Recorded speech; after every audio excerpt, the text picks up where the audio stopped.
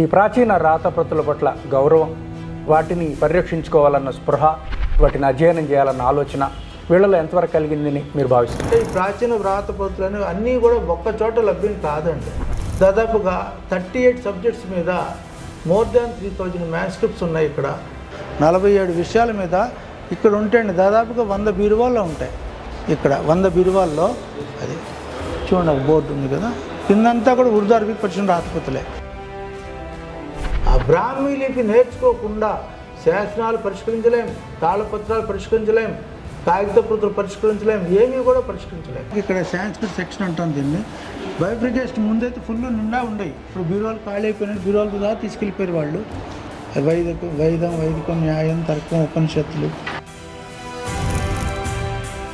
ఈ తెలుగు విభాగంలో తమిళ, కన్నడ, హిందీ, ఇంగ్లీషు, తెలుగు. వాటిని ఇంకా అదే రూపంలో ఉంచడం కాకుండా వాటిని కంప్యూటర్ తెరపైన చూసుకునే అవకాశం చేయించాను. అంటే ఇప్పుడు దాదాపు 80% పైన డిజిటలైజేషన్ అయిపోయింది. డీ స్క్రీన్ మీద రాసిన పురాణం, వర్షన్ రామాయణం అంటాం.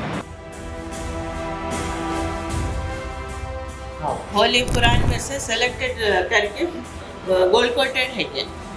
తెలుగులో ఘంటం అంటాం. ఇది తాళపత్రాలు రాయటానికి ఉపయోగిస్తారనమాట దీన్ని.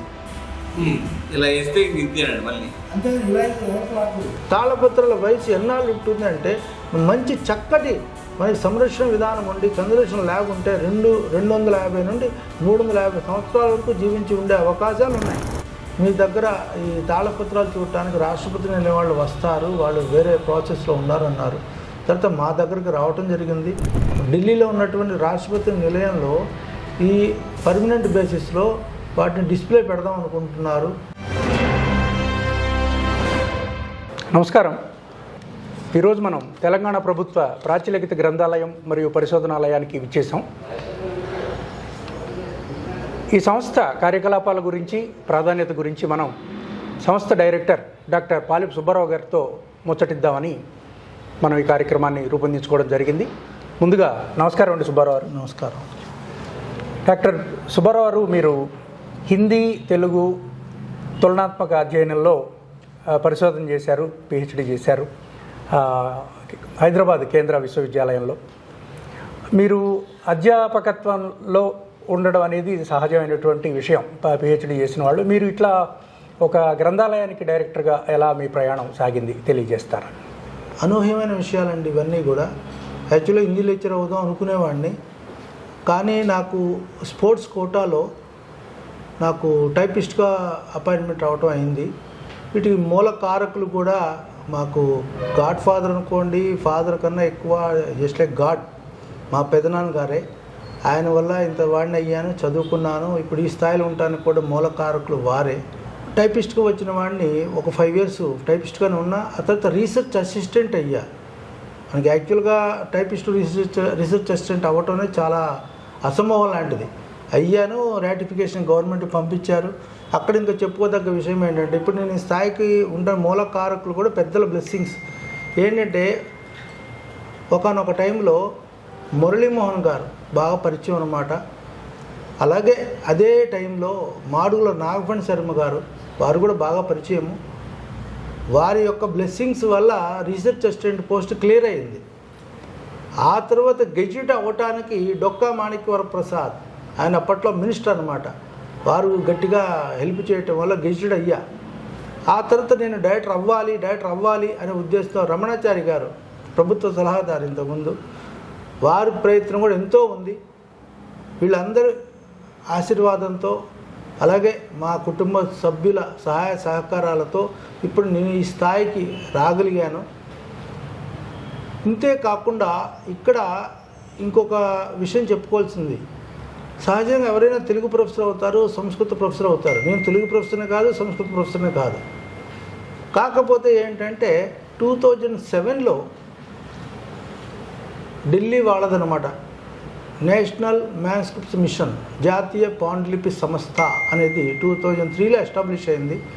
2007లో మ్యాన్స్క్రిప్టాలజీ అండ్ పాలియోగ్రఫీ అని 41 days వర్క్షాప్ తిరుపతిలో జరిగింది. That is the turning point అనమాట. జనరల్గా ఫస్ట్ డేనే చూసి వెనక్కి వచ్చేస్తా అని చెప్పా. ఎందుకంటే 60 మందిలో నాలాంటి వాళ్ళు ఇద్దరమే ఉన్నాం, మిగతా వాళ్ళంతా సంస్కృతం సంబంధించిన వాళ్ళే. సంస్కృతం రాని వాళ్ళు నేనే. కానీ అక్కడ ప్రొఫెసర్ జట్టి పాల్ అని ఉన్నారు. ఆయన డెడికేషన్ అదంతా చూసి ఎంతో ఇంప్రెస్ అయ్యి నేను అక్కడే ఆ 41 days ఉండి నేను అక్కడ మ్యాన్స్క్రిప్టాలజీ అండ్ పాలియోగ్రఫీ కోర్సు సక్సెస్ఫుల్గా ఫినిష్ చేశాను. అప్పుడు ఈ వ్రాతప్రతులకు సంబంధించి ఇంగ్లీష్లో ఒక బుక్ ఉందన్నమాట.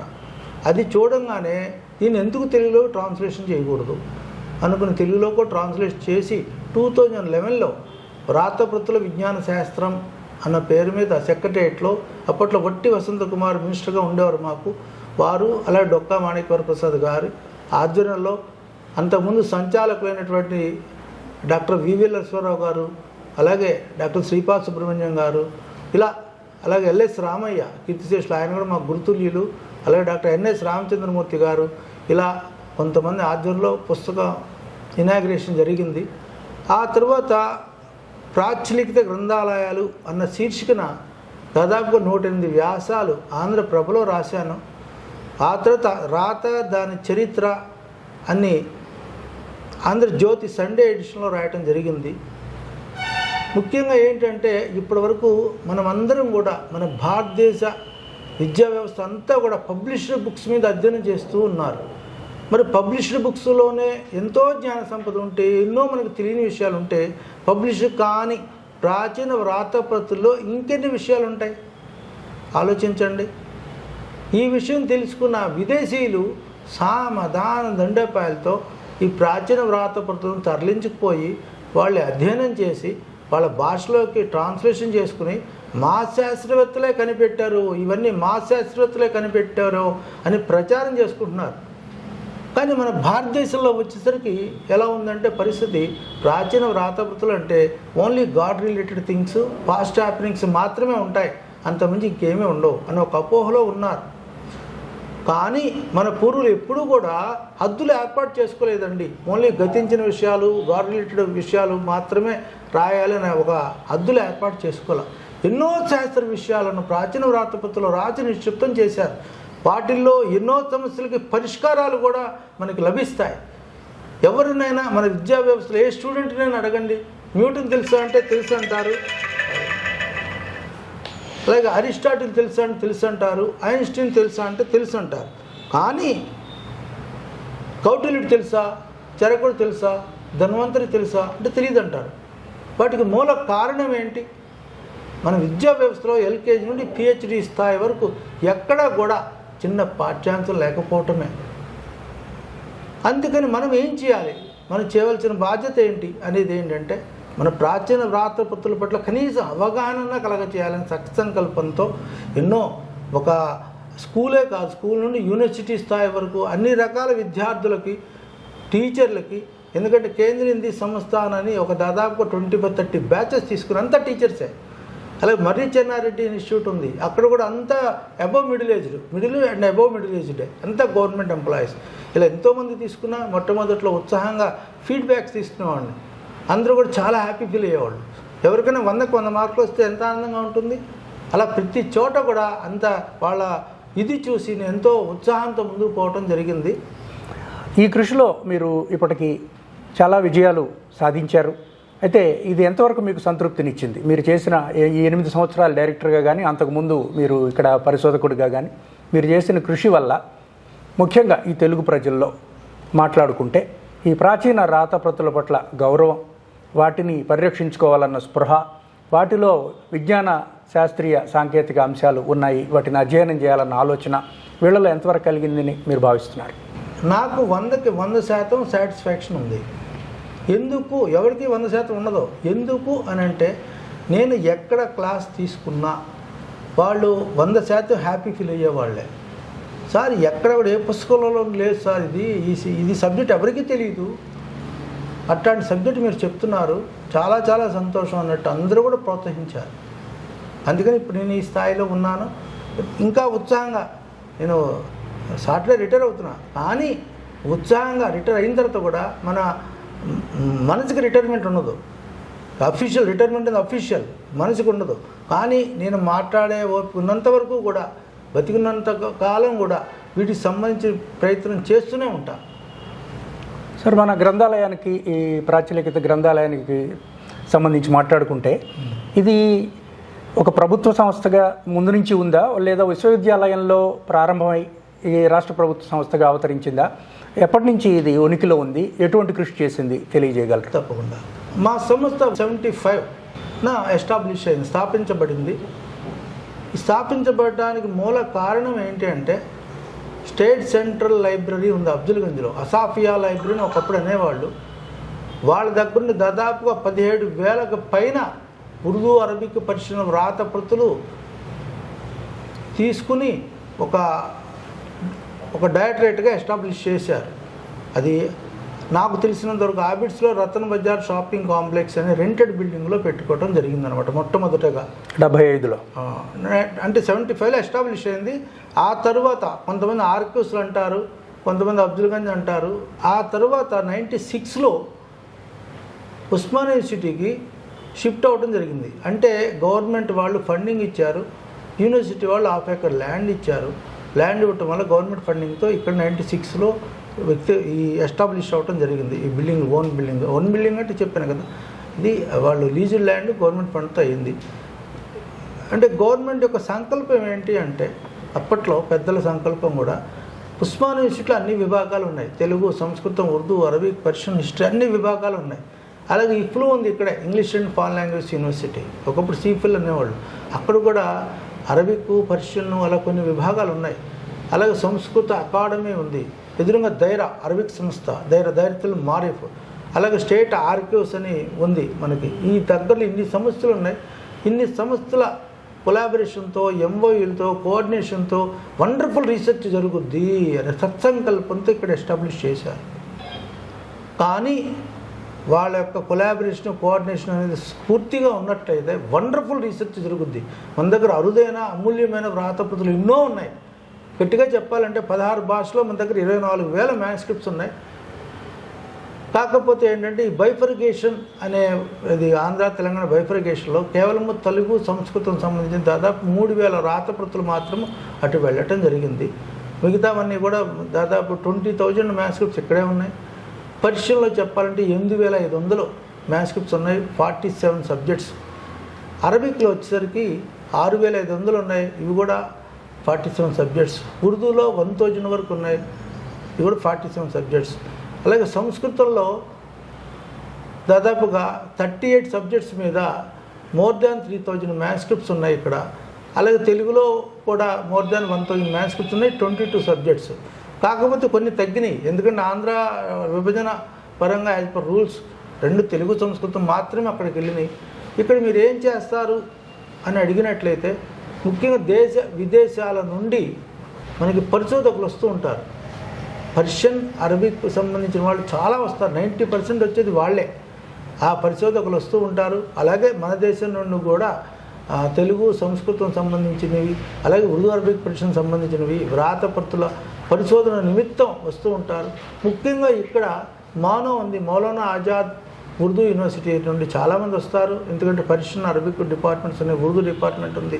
అలాగే ఇఫ్లు నుండి కూడా వస్తారు, అరబిక్, పర్షియన్ కూడా ఉన్నాయి అక్కడ. అలాగే మన ఉస్మానియా యూనివర్సిటీ నుండి కూడా ఎంతోమంది పరిశోధకులు వస్తూ ఉంటారు. మీరేం చేస్తారండి స్టాఫ్ అనుకునేటట్టయితే, వాళ్ళకి మన కార్యాలయానికి వచ్చే పరిశోధకులకి సహాయ సహకారాలు అందించడము, అలాగే ఎత్తి రాయటం, అరుదైన ప్రచురింపబడని వ్రాతప్రతులు ఉంటే వాటిని ఎత్తి రాసే ప్రయత్నం చేయటము, ఆ తర్వాత నిష్ణాతులైన పండితుల సహాయ సహకారాలతో పరిష్కరించి ప్రచురించడం జరుగుతుంది. అలాగే కేటలాగులు తయారు చేయటం. కేటలాగ్ అంటే అందరికీ కేటలాగ్ అంటే పుస్తకం పేరు, రచయిత పేరు, అలా ఒక 4-5 విషయాలు ఉంటాయండి.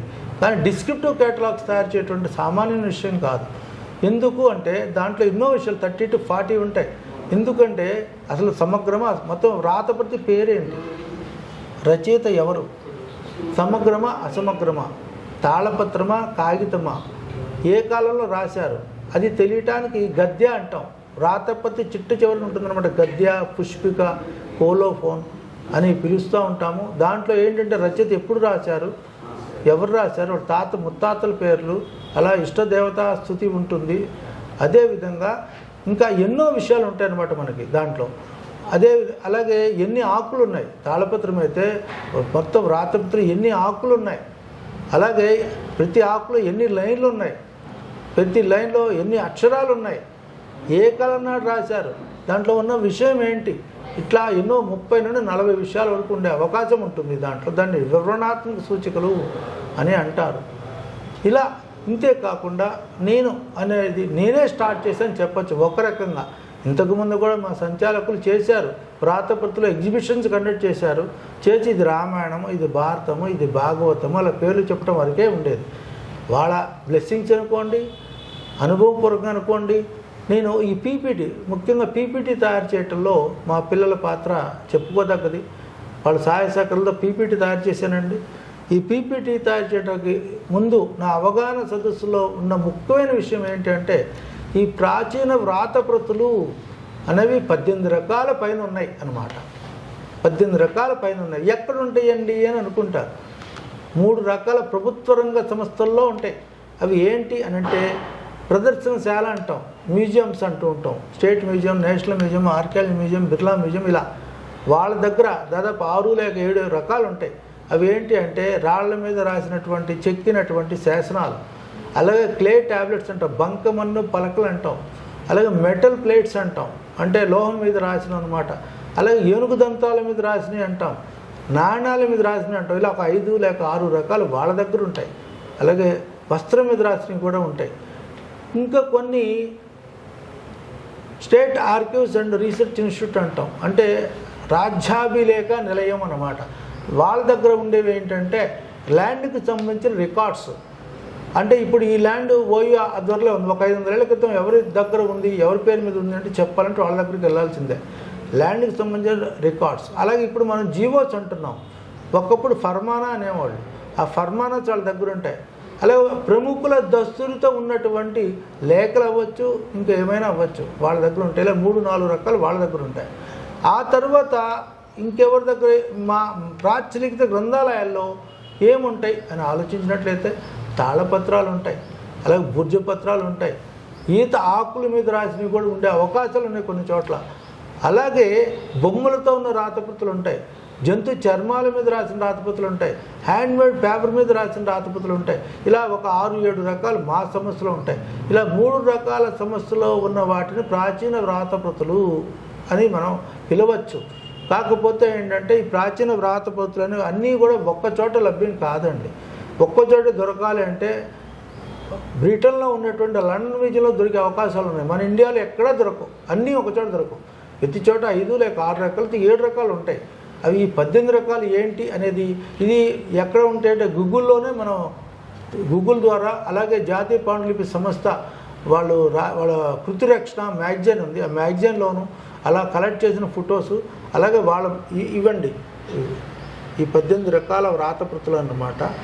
అవగాహన సదస్సులో ఈ 18 రకాల వ్రాతప్రతులను పీపీటీలో చూపించి ఎవరు రాశారు, ఎప్పుడు రాశారు, ఏ విషయాలు రాశారు అనేది చెప్పటం ఈ సదస్సు, అంటే అవగాహన సదస్సు యొక్క మూల లక్ష్యం.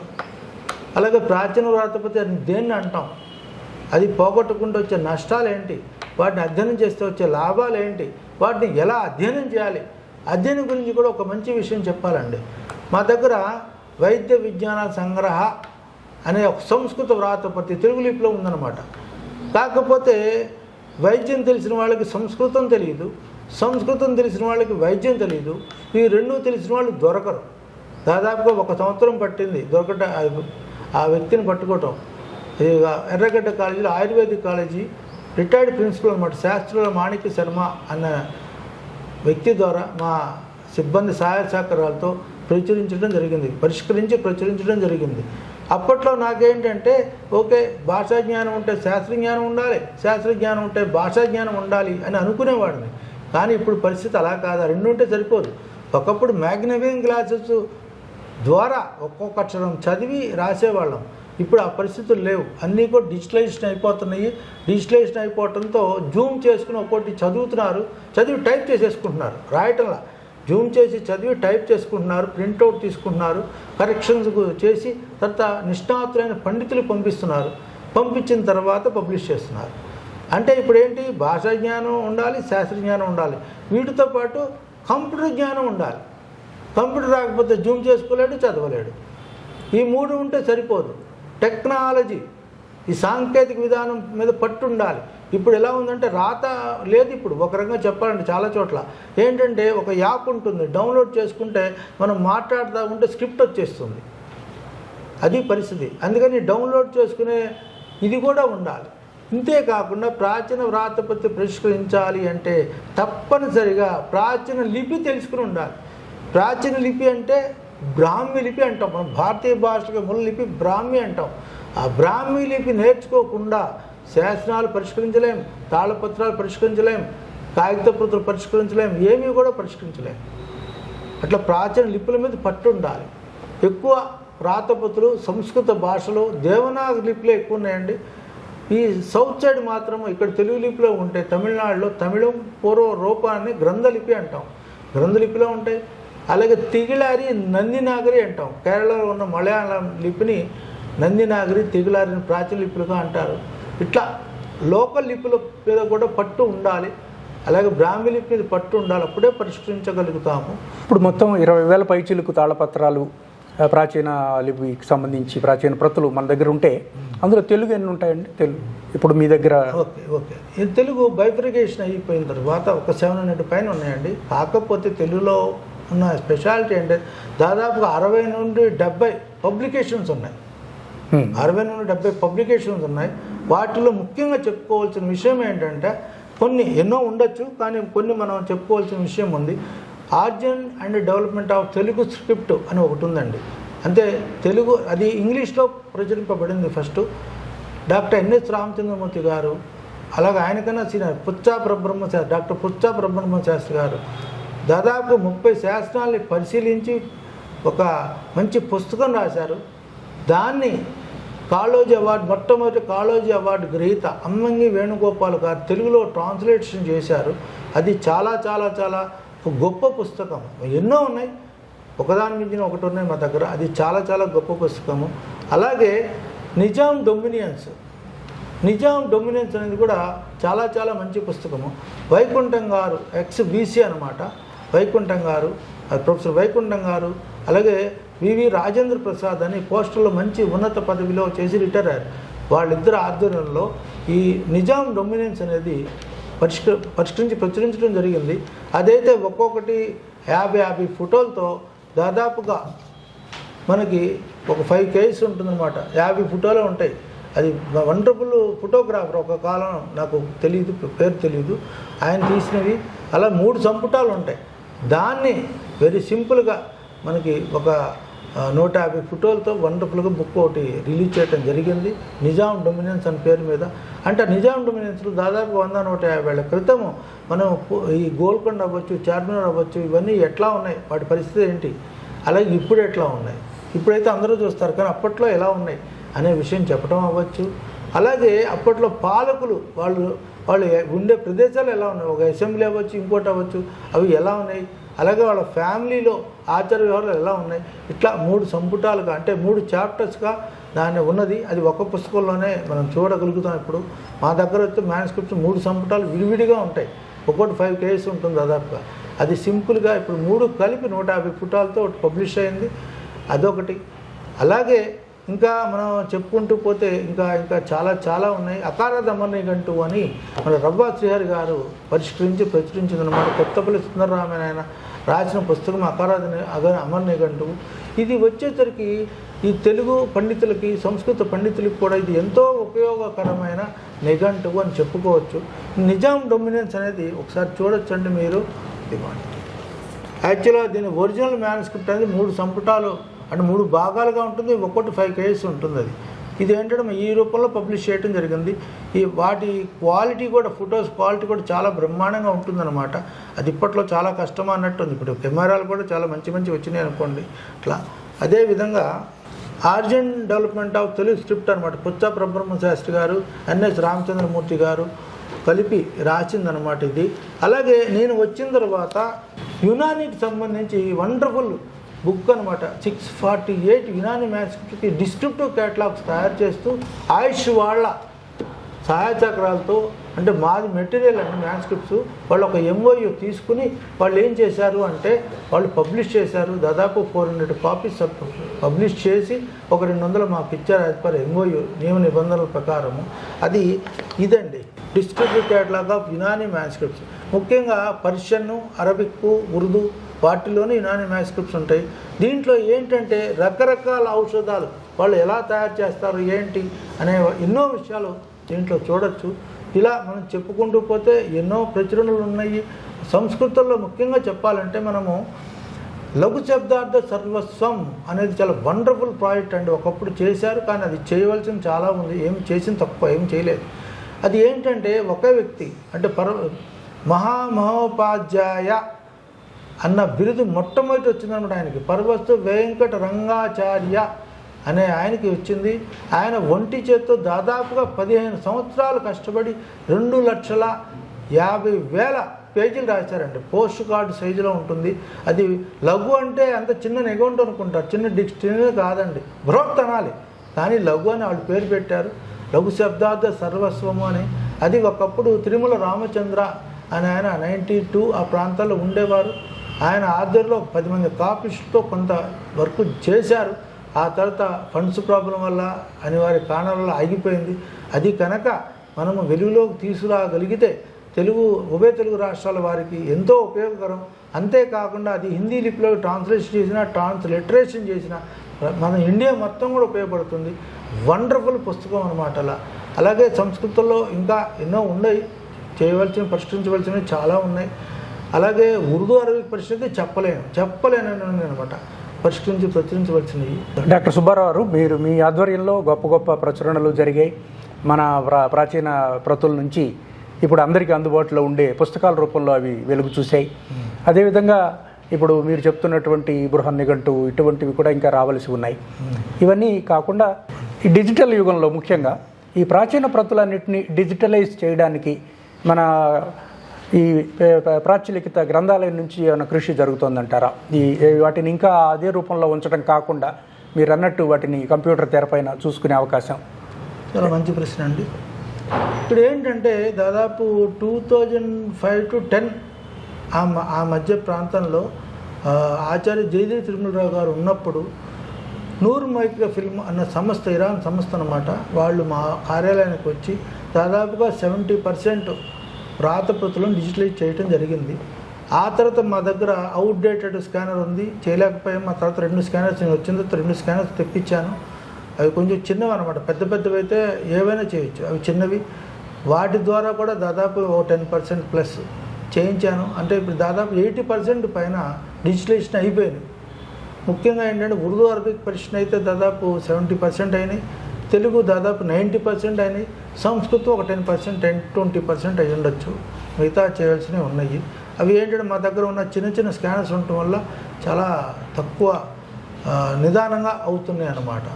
డిజిటలైజేషన్ కొంత సమయం తీసుకున్నప్పటికీ వాటికి అయ్యేటటువంటి ఖర్చు రీత్యా కానీ, కావాల్సిన వనరుల రీత్యా కానీ, ఇప్పుడు తాళపత్రాలు త్వరగా శిథిలం అయిపోతాయి అంటారు, అంచులు విరిగిపోవటం కానీ, వాటిని సరిగా నిర్వహించకపోతే పాడైపోవడం ఇలాంటివి జరుగుతాయి. వాటిని నిరంతరం రాతప్రతులు రాయించేటటువంటి పని జరుగుతుందా మన గ్రంథాలయం నుంచి? ఇక్కడ ముఖ్యంగా చెప్పాలంటే మా దగ్గర తాళపత్రాలు సంబంధించిన చికిత్స మాత్రం జరుగుతుంది. వాటికి మిగతా కాగిత ప్రతులకు సంబంధించిన మాకు కన్జర్వేషన్ లేదండి. ఈ తాళపత్రాలు మాత్రమే lemon grass oil, Citroën oil అనే ఒక పద్ధతి ప్రకారము ట్రీట్మెంట్ జరుగుతుంది. అది ఇక్కడ మనకి ఇంకో విషయం చెప్పాలండి, అనూహ్యమైన ఘట్టం ఈ మధ్యకాలంలో జరిగింది ఒకటి. అది ఏంటంటే ఒక దాదాపు 4-5 months బ్యాక్ మనకి రాష్ట్రపతి నిలయం లోకల్ బొల్లారులో ఉన్నటువంటి రాష్ట్రపతి నిలయం వారు ఇక్కడికి విచ్చేయడం జరిగింది. ఆచార్య నిత్యానందరావు తెలుగు యూనివర్సిటీ వీసీగా ఉన్నారు. వారు నాకు ఫోన్ చేయడం జరిగింది. నాకు మంచి ఆప్తమిత్రులు ఫోన్ చేసి మీ దగ్గర ఈ తాళపత్రాలు చూడటానికి రాష్ట్రపతి నిలయం వాళ్ళు వస్తారు, వాళ్ళు వేరే ప్రాసెస్లో ఉన్నారు అన్నారు. తర్వాత మా దగ్గరికి రావటం జరిగింది. వచ్చిన తర్వాత వారు తెలిపారన్నమాట, రాష్ట్రపతి నిలయం ఢిల్లీలో ఉన్నటువంటి రాష్ట్రపతి నిలయంలో ఈ పర్మనెంట్ బేసిస్లో వాటిని డిస్ప్లే పెడదాం అనుకుంటున్నారు, మీ సంస్థను ఒక 5 మ్యాన్స్క్రిప్ట్స్ ఇవ్వండి తాళపత్రాలు అన్నారు. అందుకని మేము ఇవ్వటం జరిగింది. ఆ తర్వాత January 23న అక్కడ గ్రంథ కుటీర్ అనేది మన రాష్ట్రపతి నిలయం ఢిల్లీలో ఇనాగ్రేషన్ చేయడం జరిగింది. ఆ నేపథ్యంలో దాదాపుగా 11 భాషల్లో 55 వ్రాతప్రతులను ఇనాగ్రేషన్ చేయడం జరిగింది అక్కడ. దీన్ని పురస్కరించుకుని మాకు సంబంధించిన సెక్రటరీ గారు ఐఏఎస్ యోగితా రాణా సెక్రటరీ గారు మా కార్యాలయానికి విచ్చేశారు. ఎందుకంటే మరి రాష్ట్రపతి ముర్ము గారికి చెప్పాలంటే చూడాలి కదా, అందుకని మా కార్యాలయానికి వచ్చారు. ఇక్కడ ఉన్న అమూల్యమైన అరుదైన వ్రాతప్రతులు చూసి చాలా ఆశ్చర్యంతో ఆనందంతో మర్నాడు కూడా వచ్చారు. మర్నాడు కూడా రావటమే కాకుండా ఇంకో ఐఏఎస్ గౌతమి గారు తీసుకురావడం జరిగింది. ఇంతేకాదు షఫీ మియా మరియు వారితో పాటు మిగతా ఇంజనీర్లు 10-15 మంది వచ్చారు. మర్నాడు వచ్చి దీన్ని ఎలాగైనా దీన్ని చక్కగా ఆధునీకరించాలి, అభివృద్ధిలోకి తీసుకురావాలి, అలాగే ఒక ప్రదర్శనశాలలాగా కూడా ఏర్పాటు చేయాలి అన్న ఎంతో సంకల్పంతో వాళ్ళు ప్రయత్నాలు చేస్తున్నారు. అలాగే ఎడిషనల్ ఫండ్స్ గురించి కూడా వాళ్ళు ప్రయత్నం చేస్తున్నారు. ఎంతవరకు అవుతుందో తెలియదు, కానీ మొత్తానికి ప్రయత్నాలు అయితే ప్రారంభమైనవి అని తెలియటానికి ఆనందిస్తున్నాను.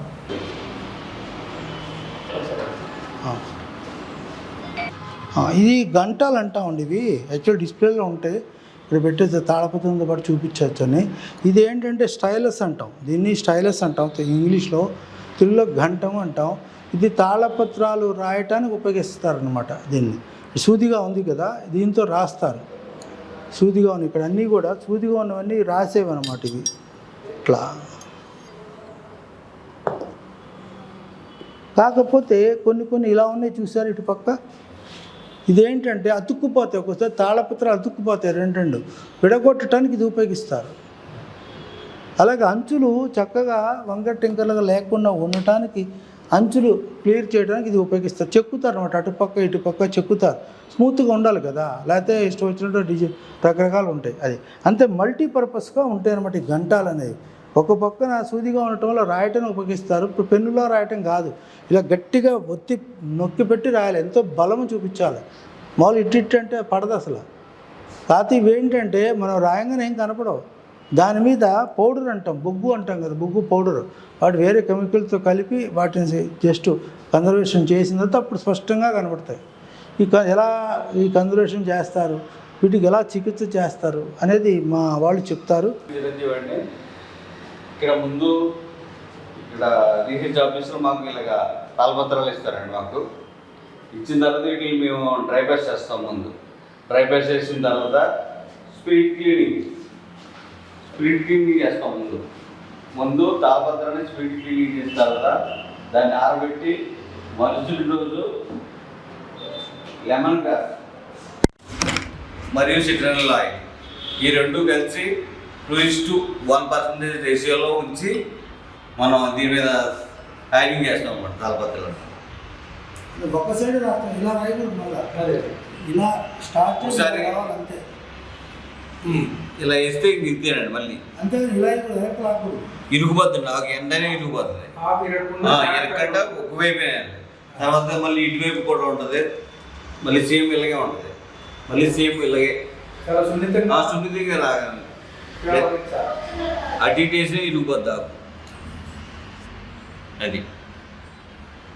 ఇలా వేస్తాం. ఇవి ఒక 3-4 రోజులు ఆడుతుందని వేసిన తర్వాత మళ్ళీ దీన్ని ట్యాగ్ చేసి మళ్ళీ రీసెర్చ్ ఆఫీసర్కి ఇచ్చేస్తాం.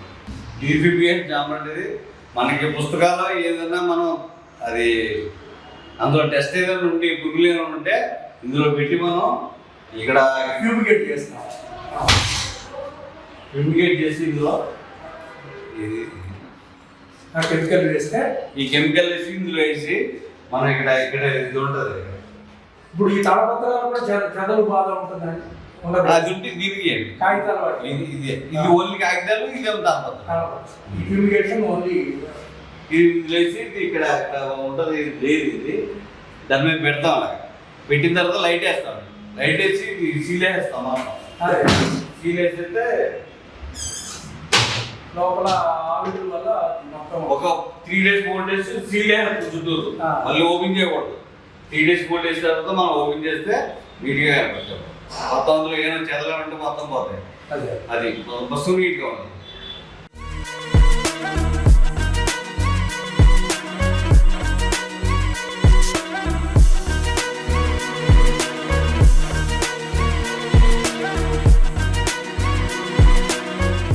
సుబ్బారావు గారు, ప్రాచీన ప్రతులని పరిరక్షించుకోవడానికి మీరు చాలా కృషి చేశారు. ఆ కృషి ఈ సంస్థ ద్వారా కూడా బాగా జరిగింది. అయితే ఈ ప్రాచీన ప్రతుల్ని చదవగలిగే సామర్థ్యం ఇప్పుడు ఎంతమందికి ఉందంటారు? ఆ లిపుల్లో శిక్షణ ఏమైనా మన సంస్థ నుంచి కానీ విశ్వవిద్యాలయాల నుంచి కానీ జరుగుతుందా? ప్రాచీన వ్రాత ప్రతులు చదవగలిగే వాళ్ళు దాదాపుగా లేరనే చెప్పాలి. ఎందుకంటే ఒక రకంగా ఉన్నా కూడా అంత 70 సంవత్సరాల పైనే. కొన్ని పేర్లు చెప్తాను. ఉదాహరణకి ఆచార్య బేతవలు రామబ్రహ్మం మన సెంట్రల్ ఇన్స్టిట్యూట్లో చేశారు ఆయన. అలాగే ఇంకా మనము చెప్పాలి అంటే మనము రేమళ్ళ అవధానులు వేదగణితంలో చాలా నిష్ణాతులు అనమాట. రేమళ్ళ అవధానులు గారు కూడా ఆయన ఇప్పటికి కూడా నిరంతరము చేస్తూనే ఉంటారు, ఆన్లైన్ లెక్చర్స్ అలా ఇస్తూనే ఉంటారు. అలాగే చిర్రావూరు శివరామకృష్ణ, ఆయన కూడా ఖగోళంలో స్పెషలిస్టు. అలాగే మా దగ్గర కూడా ఆంధ్ర కావ్యాన్ని ఓడిపం అనేది ఎడిట్ చేశారు. అలాగే ఇక్కడ సంగనమట్ల నరసయ్య, డాక్టర్ సంగనమట్ల నరసయ్య ధర్మపురిలో కాలేజీ ప్రిన్సిపల్ చేసి రిటైర్ అయ్యారు. అలాగే డాక్టర్ శ్రీరంగాచారి, ఆయన కూడా పాలమూరు కాలేజీ రిటైర్డ్ ప్రిన్సిపల్ అనమాట. ఇలాంటి నిష్ణాతులు ఉన్నారు. గత అందరూ కూడా 70 సంవత్సరాల పైనే. అలాగే భాగవతం రామారావు గారు ఆయుర్వేదంలో ఆయన అన్ని పదవులు అలంకరించారు. ఆయన కూడా దాదాపు 70+. ఇలా కొమాండూరు శేషాద్రి, ఆయన సంగీతం మీద చాలా మంచి పట్టున్న వ్యక్తి. ఇలాంటి వాళ్ళు ఉన్నారు మన దగ్గర. కాకపోతే ఏంటంటే వాళ్ళంతా కూడా సహజ సిద్ధమైన పండితులు. ఆ కాలంలో ఎప్పుడు బ్రాహ్మీ లిపి నేర్పిద్దాము, ఈ టెక్నాలజీ ఏమీ లేవండి. వాళ్ళు సహజసిద్ధమైన పండితులు అవ్వటం వలన టకటకా చదివేవాళ్ళు, చక్కగా వాటిని పరిష్కరించి ప్రచురించేవాళ్ళు. వాళ్ళు ఇప్పుడు ఇంత ముందంతా అనేవాడిని, వాళ్ళ సహాయ సహకారాలు తీసుకుని వాళ్ళ అనుభవాన్ని అత్యాధునిక టెక్నాలజీలో ప్రిజర్వ్ చేయాలి అనే ఎంతో ఇది ఉండేది. కానీ అనుభవమే తెలిసింది ఏంటంటే అది సరిపోదు. ఇప్పుడున్న జనరేషన్కి ఆ అనుభవం రాదు. అందుకని తప్పనిసరిగా బ్రాహ్మీ లిపి కంపల్సరిగా నేర్చుకోవాలి. బ్రాహ్మీ లిపి తమిళం, ఎందుకంటే ఎక్కువ సంస్కృత వ్రాతపత్రులు ఉన్నాయి, వాటి తర్వాత తమిళ వ్రాతపత్రులు ఉన్నాయి. అంటే గ్రంథలిపి వస్తేనే తమిళ వ్రాతపత్రులను పరిష్కరించగలుగుతాం. అలాగే శారదా లిపి అంటాం. అంటే కాశ్మీర్ చుట్టుపక్కల ప్రాంతాల్లో ఉన్న లిపిని శారదా లిపి అంటాం. అక్కడ ఉన్న వ్రాతపత్రులు పరిష్కరించాలంటే శారదా లిపి వచ్చి ఉండాలి. అలా ప్రాచీన లిపులపై పట్టు ఉండాలి. కాకపోతే ఈ ప్రాచీన వ్రాతపత్రులకు సంబంధించి ఈ ఉద్యోగ అవకాశాలు దాదాపుగా లేవనే చెప్పాలి. వాటిని చూపిస్తేనే కదా ఎవరైనా ఇంట్రెస్ట్ చూపించేది. కాకపోతే గత 1.5 year బ్యాక్ జ్ఞాన భారతం అనేది ఒకటి ఎస్టాబ్లిష్ చేశారు. మోడీ గారు ఎస్టాబ్లిష్ చేయడం జరిగింది. అంతకుముందు జాతీయ పాండులిపి సంస్థ అనే పేరు మీద ఉండేది. దాన్ని అత్యాధునిక రూపం జ్ఞాన భారతం. వాళ్ళ లక్ష్యం ఏంటంటే డిజిటలైజేషన్ చేయాలి. ఎక్కడ వ్రాతపత్రులు ఉన్నా తెలుసుకుని డిజిటలైజేషన్ చేయాలి. వాటి లైఫ్ పెంచాలి, అంటే కన్జర్వేషన్ చేయాలి. ఆ తర్వాత కేటలాగ్స్ చేయాలి, డిస్క్రిప్టివ్ కేటలాగ్స్. అలాగే అరుదైన అముద్రితమైన వ్రాతపత్రులు పరిష్కరించి ప్రచురించాలి అని సత్సంకల్పంతో గట్టిగా ప్రయత్నాలు చేస్తున్నారు. రీసెంట్గా దాదాపుగా ఒక 4 నెలల క్రితము ఇంటర్నేషనల్ కాన్ఫరెన్స్ పెడితే 1200 పేపర్ ప్రజెంటేషన్స్ వచ్చినాయి. అంతేకాకుండా దాదాపుగా ఒక 600 కోట్లు కేటాయించి దీనికి ఎన్నో సంస్థలతో ఎంఓఈలు కూడా వాళ్ళు చేసుకుంటున్నారని తెలుస్తుంది. నిన్ననే అక్కడ నుండి జ్ఞానభారతం సెక్రటరీ గారు మిశ్రా గారు మా ఆఫీస్కి రావటం జరిగింది. మా సంస్థతో ఉన్న అరుదైన వ్రాతపత్రులను చూడటం జరిగింది. చర్చలు జరుగుతున్నాయి. వాళ్ళ సహాయ సహకారాలతో మేము ఇంకా ముందుకు పోదామని ఆలోచిస్తున్నాము. చాలా విషయాలు చెప్పారు. అలాగే ఈ ప్రాచీన రాతప్రతుల విషయంలో ఇప్పుడు మీరు మొదట పేర్కొన్నటువంటి శిలాశాసనాలు కానీ, తర్వాత రాగి రేకులు కానీ, వాటికి కొంత శాశ్వతత్వం, అంటే చాలా కాలం ఉండగలిగేటటువంటి సామర్థ్యం ఉంటుంది. తర్వాత వచ్చినటువంటి బూర్జపత్రాలు, తాళపత్రాలు, తర్వాత ఈ బట్ట మీద రాసినటువంటివి, ఈ వస్త్రప్రతులు, ఇట్లాంటివన్నీ కూడా చూసుకుంటే వీటికి చాలా ప్రతిసారి వాటిని సంరక్షించుకుంటూ పోతే తప్ప ఎక్కువ కాలం మనగలిగేటువంటి పరిస్థితి వాటికి ఉండదు. మన ఈ ప్రాచీన రాతప్రతుల ఈ గ్రంథాలయంలో ఉన్నటువంటి ప్రతుల్లో అత్యంత ప్రాచీనమైన తాళపత్రాలు కానీ ఎంత ప్రాచీనమైనవి ఉంటాయంటారు? ఎన్ని వందల సంవత్సరాల వెనకవి ఇక్కడ ఉండడానికి అవకాశం ఉంది? మా దగ్గర అరబిక్ వ్రాతప్రతి ఉందండి. ఇక్కడ కనబడుతుంది చూడండి, అరబిక్ వ్రాతప్రతి. ఇది 27కి 1000 years అవుతుందండి. 27 నెక్స్ట్ 26 కదా, 1000 ఏళ్ల నాటిది. దాదాపు 1000 ఏళ్ల నాటిది అన్నమాట. ఇది అరబిక్ వ్రాతప్రతి అంటాం దీన్ని, అరబిక్ వ్రాతప్రతి. అలాగే ఇక్కడ మనము తెలుగు తాళపత్రాల్లో చెప్తా, ఇది గోల్డ్ కోటెడ్ ఖురాన్ అనమాట. ఇది గోల్డ్ కోటెడ్, ఇది కూడా అరబిక్ వ్రాతప్రతే. అలాగే ఇది పర్షియన్ రామాయణం అంటాము. ఇలా మనం ప్రత్యక్షంగా చూస్తే ఇంకా బాగుంటుంది. ప్రస్తుతం సింపుల్గా చెప్తున్నా. ఇంకా తెలుగు వచ్చేసరికి ముఖ్యంగా అందరూ కూడా ఏమంటారంటే, ఏమండి తాళపత్రం ఉంటుంది, ఈ తాళపత్రం ఎన్ని సంవత్సరాల క్రితం రాసింది, ఇది ఎంత కాలము జీవించగలదు అని అంటారు. కాకపోతే ఇక్కడ గమనించవలసిన విషయం ఏంటంటే, ఇప్పుడు వ్యాస భారతం అంటాం, వాల్మీకి రామాయణం అంటామండి. అంటే అప్పుడు రాసిన రాతపత్రులు ఈ 1000 సంవత్సరాలు బతకదండి. ఎందుకంటే సపోజు ఒకప్పుడు మౌఖికంగా ఉంటే వాళ్ళ శిష్యులు రాసేవాళ్ళు. ఆ తర్వాత ఎప్పుడైతే శిథిలావస్థగా చెరువులో ఉంటుందో దాన్ని మళ్ళీ వాళ్ళ శిష్యులు అవ్వచ్చు, వారసులు అవ్వచ్చు, వాళ్ళు ఎత్తి రాసేవాళ్ళు.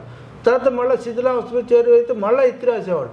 అలా ఎక్కువగా ఎత్తి రాసిన రాతపత్రులు ఉంటాయి మన దగ్గర. ఏమంటే అలాంటి ఒరిజినల్స్ లేవా అంటే ఉన్నాయండి.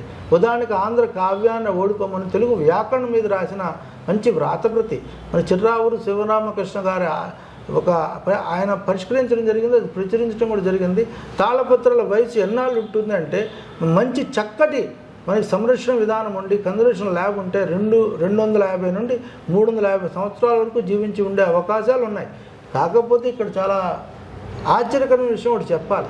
ఎందుకంటే ఒక రచయిత్రి ప్లస్ ఒక రిటైర్డ్ టీచర్ ఆమె నా వ్యాసం చదివి ఫోన్ చేసి చెప్పారు, విజయనగరం, విశాఖపట్నం దగ్గర విజయనగరం అన్న ప్రాంతంలో చెరువులు తవ్వుతూ ఉన్నా, బావులు తవ్వుతూ ఉన్నా మంచి భౌతిక స్థితిలో ఉన్నటువంటి తాళపత్రాలు దొరికాట. శిథిలమైపోయో మొక్కలు అయ్యో దొరకడం కాదు, మంచి భౌతిక స్థితిలో ఉన్నటువంటి తాళపత్రం. అంటే మన పూర్వులు ఎంత జాగ్రత్తగా వాళ్ళు చికిత్స చేశారు. ముఖ్యంగా వేప అంటాం, వేప కాయలు అవ్వచ్చు, వేప ఆకులు అవ్వచ్చు, అలాగే వంటింట్లో ఉండేటువంటి మసాలా దినుసులు అవ్వచ్చు, అవి అలాగే ఎన్నో ఉన్నాయన్నమాట. వాటి ద్వారా ఒక ట్రీట్మెంట్ లాంటిది ఇవ్వడం జరిగింది. వాటి సంరక్షణ అనేది ఆ కాలంలో అలా జరిగింది కాబట్టి మంచి భౌతిక స్థితిలో కూడా మనం వ్రాతపత్రులు చూడగలేము. ఇది చెప్పుకుంటే బాగుంటుంది అనిపించింది. ప్రాచీన కాలంలో ఇప్పటికన్నా కూడా ప్రాచీన పద్ధతులు కూడా బాగుండేయని. ఇప్పుడేంటి ఇంకా అత్యాధునిక పద్ధతులు వస్తున్నాయి. ఇంకా ఏంటంటే దీంట్లో ఇంకో విషయం చెప్పాల్సింది, అంతా డిజిటలైజేషన్ చేస్తున్నారండి. డిజిటలైజేషన్ చేయడం వల్ల వాటి లైఫ్ స్పాన్ పెరిగిపోతుంది.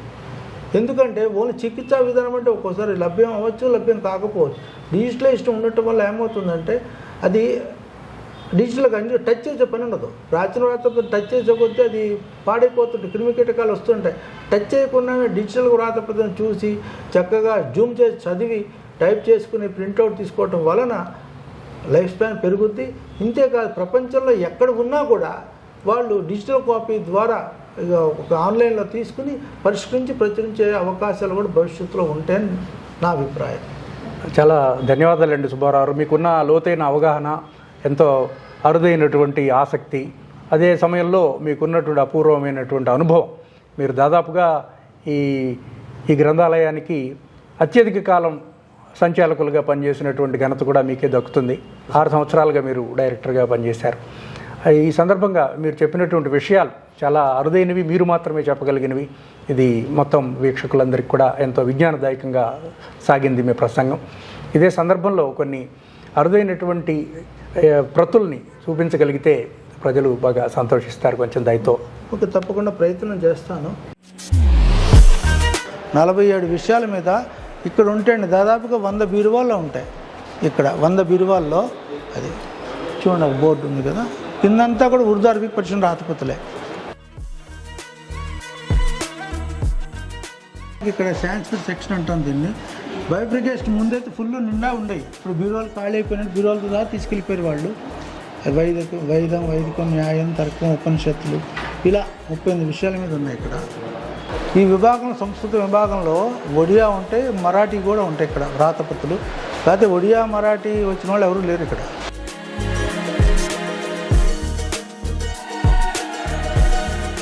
ఈ తెలుగు విభాగంలో తమిళ, కన్నడ, హిందీ, ఇంగ్లీషు, తెలుగు మొదలగు భాషల్లో ఉంటాయన్నమాట. ఇక్కడ ముఖ్యంగా కన్నడ, ఇంగ్లీషు అలాగే తమిళ గ్రంథాలు.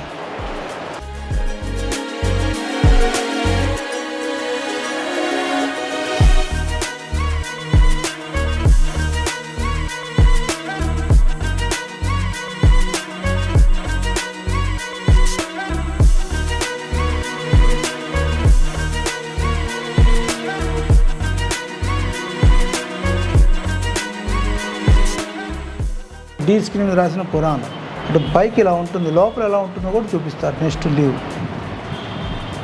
రోలు చుట్ట ఆకారంలో ఉన్న ఖురాన్, ఇది పర్షియన్ రామాయణం అంటాం. నేను రాసిన తెలుగు బుక్ ఉంది కదా, దాంట్లో అన్ని ఫొటోస్ ఉన్నాయి, కాబట్టి అది కూడా చూడొచ్చు. దాదాపు ముఖ్యమైనవన్నీ అంటే ఉర్దూ అరబిక్ పర్షియన్ అన్నీ ఉన్నాయి. ఈ రెండు నేను తెప్పించింది. ఇవన్నీ మన గ్రంథాలయం ప్రాజెక్ట్స్ అయినా సెంట్రల్ గవర్నమెంట్ ఫండింగ్, మనం జ్ఞాన్ గంగా వాటిల్లో ఒకటేమో సిఎంఆర్ ఫండ్స్ ద్వారా ఒకటి తెప్పించాము, సార్. వాళ్ళు డొనేట్ చేశారు ఐటీ వాళ్ళు, సిఎంఆర్ ఫండ్స్ ద్వారా. ఇంకోటి మన ఆఫీస్ బడ్జెట్తో ఒకటి తెప్పించాము. వాటిని ఇక్కడ క్రాప్ చేసి వాటి లైటింగ్ అది అడ్జస్ట్ చేసుకొని అది ఆ పేజీ చదవగలిగేటట్టుగా చేయడం.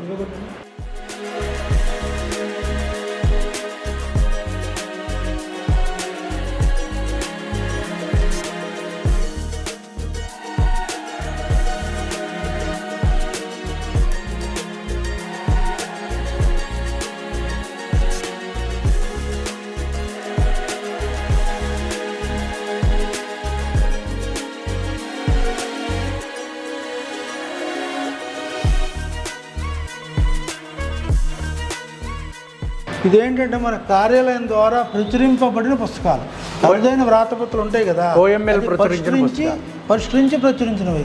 మన తెలుగు అవ్వచ్చు, సంస్కృతం అవ్వచ్చు, Hindi, English, Urdu, Arabic, Persian, descriptive కేటలాగులు అవన్నీ కూడా ఇక్కడ పెడతారనమాట. మనకి ఎప్పుడు అవసరం అప్పుడు తీసుకుని కింద సేల్స్ కౌంటర్ ఉంటుంది, అమ్ముతూ ఉంటారు. అయిపోతే ఇక్కడ తీసుకుని వెళ్తారు. అది జస్ట్ ఇవి కూడా ఏంటంటే బాగా నిండా ఉండేవి. ఈ బైఫ్రికేషన్లో వెళ్ళిపోయిన బీరువాలు యాజ్ పర్ రేషియో.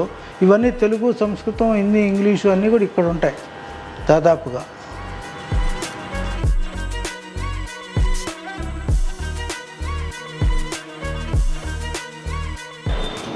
యా లగ్భగ్ 80% of the manuscripts are digitized. ఇదేంటంటే మన ప్రోగ్రామ్స్ అన్నీ ఇక్కడే అవుతాయండి, అది హాల్లోనే అవుతాయి. దాదాపు 50 సీటెడ్ ఉంటుంది. ఈ పీపీటీ ప్రోగ్రామ్ ఇలా అవుతుంది. మన గోల్డెన్ జూబ్లీ చేసాము డిసెంబర్ 8లో. అది ఆ రేర్ మ్యాచ్ కొన్ని ఫోటోలు పెట్టాం అలా.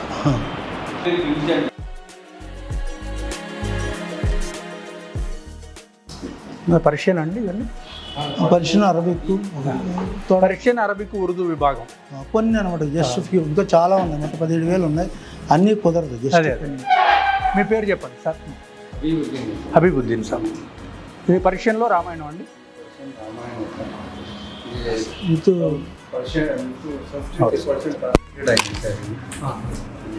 और ये पूरे ओरिजिनल पेंटिंग्स हैं और ये नियरली जो है दादा शिव के पीरियड में ट्रांसलेटेशन हुआ सर.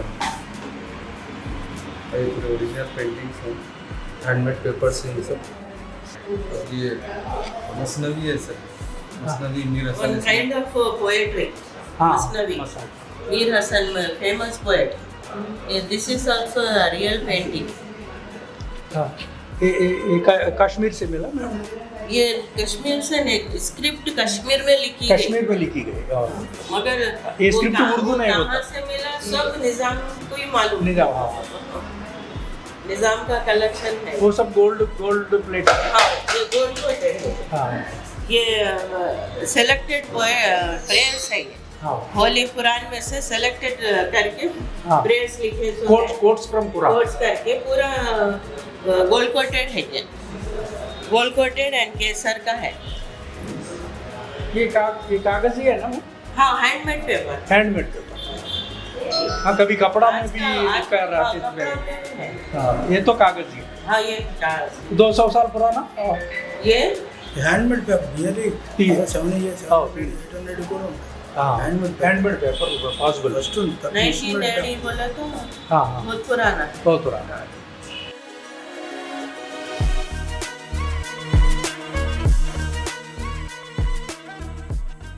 నమస్తే అండి, మా Telangana manuscripts, oriental manuscripts library. ఇక్కడ నేను డీటీపీ ఆపరేటర్గా పనిచేస్తున్నాను. ఇందులో మా సర్వర్ రూమ్ అనే ఒకటి ఉంటుంది. ఇందులో దాదాపు 20,000 వ్రాతప్రతులు ఇందులో నిక్షేపం చేసి మేము ఉన్నాము. అందులో భాష పరంగా అయితే Sanskrit, Telugu, Urdu, Arabic, Persian ఇలా దాదాపు 20,000 వరకు వ్రాతప్రతులు స్కానింగ్ చేశాము. ఇందులో మాకు తాళపత్రాలు, పేపర్ వ్రాతప్రతులు అని ఉంటాయి.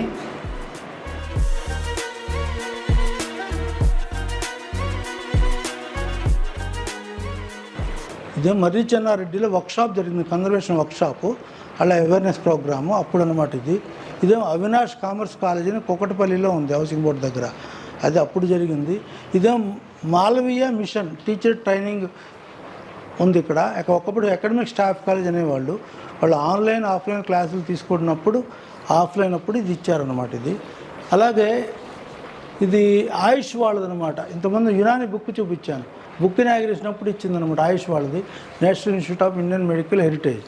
ఇదేమో వరల్డ్ స్కిల్ డే అని మేము అక్కడ స్టాల్ పెట్టాము, అవేర్నెస్ ప్రోగ్రామ్ గురించి అని పెట్టాము అక్కడ అనమాట, వరల్డ్ స్కిల్ డే అనమాట ఇది. అలాగే ఇది సెంట్రల్ యూనివర్సిటీలో హిందీ విభాగం ద్వారా అవేర్నెస్ ప్రోగ్రామ్ కండక్ట్ చేయడం జరిగింది, అప్పుడు ఇది ఇవ్వటం జరిగింది. ఇలాగ ఇక మిగతా మాకు ఇంతకుముందు ఉన్న సంచాలకులు వాళ్ళు వేరే వేరే ప్రోగ్రామ్స్ నిమిత్తం వెళ్ళటంతో ఇవ్వటం జరిగిందనమాట అవి.